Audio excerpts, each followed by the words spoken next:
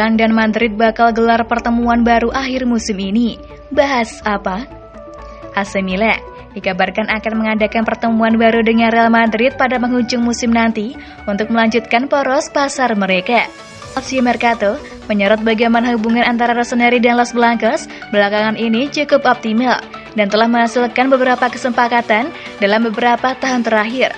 Sesuatu yang diharapkan dapat dimanfaatkan oleh Direktur Paolo Maldini dan Frederic Massara di bursa transfer, mengingat mereka telah bekerja untuk menciptakan hubungan istimewa dengan salah satu klub terbesar di dunia. Pada akhir musim nanti, sebuah pertemuan baru telah dijadwalkan untuk membahas situasi Brahim Diaz, mengingat sang playmaker memiliki kepercayaan penuh dari raksasa Serie A tersebut.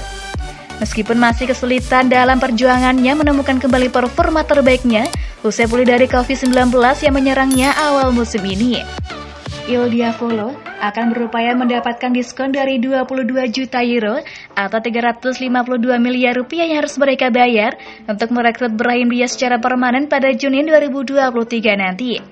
Tetapi Maldini dan Massara juga akan menguji pemain yang mungkin meninggalkan Real Madrid, meskipun tidak ada nama yang disebutkan. Sebagaimana diketahui bersama, Milan telah dikaitkan dengan sejumlah pemain Los Blancos pada beberapa kali kesempatan, seperti Marco Asensio, Isco, Dani Ceballos hingga Luka Jovic. Dan bukan tidak mungkin, mereka akan berupaya membahas peluang merekrut salah satu dari sederet nama tersebut pada bursa transfer musim panas nanti dalam pertemuan dengan raksasa La Liga tersebut.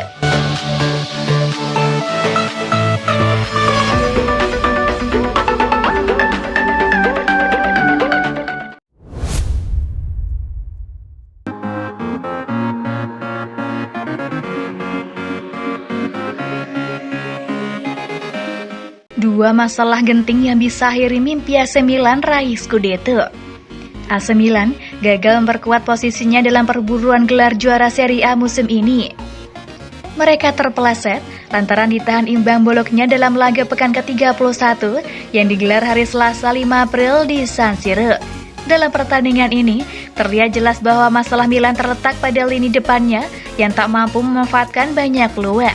Sebanyak 33 tembakan berhasil dilepaskan, tapi tak satu pun menghasilkan gol. Padahal mereka memainkan penyerang yang sedang on fire musim ini, Olivier Giroud. Ia baru pulang dari tugas membela timnas Prancis di pekan internasional dengan membawa 2 gol dari laga uji coba kontra Pantai Gading dan Afrika Selatan. Namun pada akhirnya, Giroud dan striker lain gagal mencetak gol. Mereka cuma mampu meraih 1 poin di markas sendiri dan memberikan harapan buat pesaing utamanya Inter Milan serta Napoli. Dari pertandingan ini, terlihat bahwa Milan punya 2 masalah yang harus segera diselesaikan. Jika tidak, mereka sangat mungkin tersalib oleh para pesaingnya dan gagal mewujudkan meraih mimpi titel Scudetto musim ini. Seperti yang telah dijelaskan, Milan melepaskan sebanyak 33 tembakan saat menghadapi Bologna tapi gagal mencetak gol.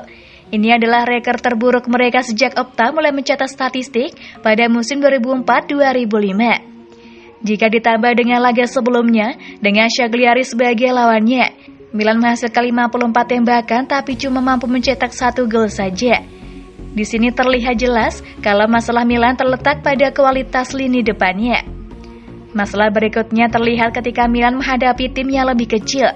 Kalau sang lawan sudah mengusung permainan bertahan dan menempatkan 10 pemain di area pertahanan, Milan cenderung kesulitan meraih kemenangan. Milan kehilangan sebanyak 14 poin ketika bertemu tim-tim yang berada di separuh bawah klasemen saat ini. Klub asuhan Stefano Pioli tersebut ditahan imbang Udinese 2 kali, kalah dari Spezia, seri melawan Salernitana dan juga Bologna. Padahal ketika menghadapi klub besar, mereka jauh lebih baik.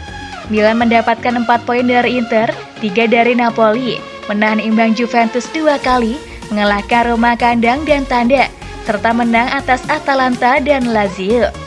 Melihat catatan ini, sangat mungkin Milan terpleset di 2 pekan Serie A berikutnya. Pasalnya Zlatan Ibrahimovic dan kawan-kawan bakal bertemu Torino dan Genoa. Kalau sampai terjadi, bukan tidak mungkin Milan tergelincir dari puncak klasemen.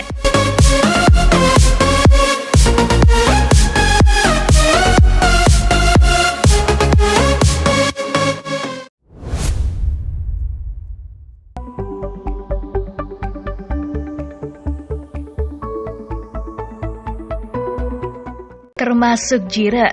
3 bintang AC Milan Biang Keladi gagal menang atas Bologna. Melihat 3 pemain AC Milan yang tampil buruk dan jadi biang keladi, Rossoneri gagal meraih kemenangan atas Bologna di lanjutan Liga Italia 2021-22. Dalam lanjutan pekan ke-31 Liga Italia, pada Selasa 5 April dini hari waktu Indonesia Barat, sang pemuncak klasemen sementara AC Milan gagal amankan poin penuh saat berjumpa dengan Bologna. Bertanding di Stadion San Siro, tuan rumah AC Milan turun dengan kekuatan penuh demi raih kemenangan sekaligus memperlebar jarak dari pesaing terdekat.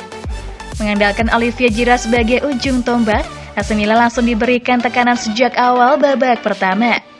Laga baru berjalan 15 menit, AC Milan berhasil dapat peluang lewat sepakan keras Theo Hernandez, namun upayanya masih bisa diamankan penjaga gawang lawan. Setelah itu, ada beberapa peluang yang mampu didapatkan oleh pasukan Stefano Pioli, namun selalu gagal berbuah gol hingga paruh pertama selesai. Selepas jeda, AC Milan tak menurunkan tensi permainan dan masih mengurung pertahanan Bologna. Bahkan di pertengahan laga, AC Milan memasukkan Zlatan Ibrahimovic untuk menambah daya serang. Namun buruknya penyelesaian akhir membuat AC Milan gagal membuka skor sepanjang 90 menit. Skor 0-0 pun jadi hasil laga ini dan menjadikan Rossoneri hanya berselisih 1 angka dari Napoli. Lini serang AC Milan memang jadi perhatian khusus di laga ini. Tercatat ada 33 tembakan AC Milan ke arah gawang Bologna dan 7 diantaranya mampu tepat sasaran. Akan tetapi, tak satupun dari peluang tersebut yang mampu berbuah gol. Selain barisan striker, berikut rangkuman 3 pemain AC Milan yang tampil buruk dan jadi biang keladi kegagalan raih kemenangan atas Bologna. Pemain pertama adalah Junior Mesias. Pemain asal Brazil ini melewati pertandingan dengan salah satu penampilan terburuknya buat AC Milan. Dipasangkan sebagai winger kanan, Junior Mesias gagal membantu serangan dari sisi sayap serta tak banyak memberikan tekanan lewat crossing ataupun cutting inside. Melansir dari laman WhoScored, tercatat Junior Mesias hanya bisa lepaskan 3 tembakan dengan tidak satu pun mengarah ke gawang. Berikutnya ada Brahim Diaz. Sepanjang 90 menit di lapangan, Brahim Diaz tampil cukup oke sebagai pengatur serangan AC Milan. Namun dalam beberapa kesempatan, Brahim Diaz terlihat salah ambil keputusan serta tak bisa membuka ruang untuk lepaskan diri dari pressing lawan. Laman Sempre Milan memberikan rating 5 buat performa Brahim Diaz. Terakhir adalah Olivier Giroud. Penyerang gaek asal Prancis ini juga jalani malam buruk bersama AC Milan saat menghadapi Bologna. Meski sempat bersinar bersama timnas Prancis di ajang FIFA Matchday, namun performa positif tersebut gagal diteruskan Olivier Giroud di Serie A, khususnya adalah laga semalam. Andai terus berlanjut, bukan tidak mungkin AC Milan bakal alami paceklik gol cukup lama, mengingat ujung tombak mereka saat ini hanya bertumbuh pada Giroud serta Ibrahimovic yang tampaknya masih belum 100% pulih dari cedera.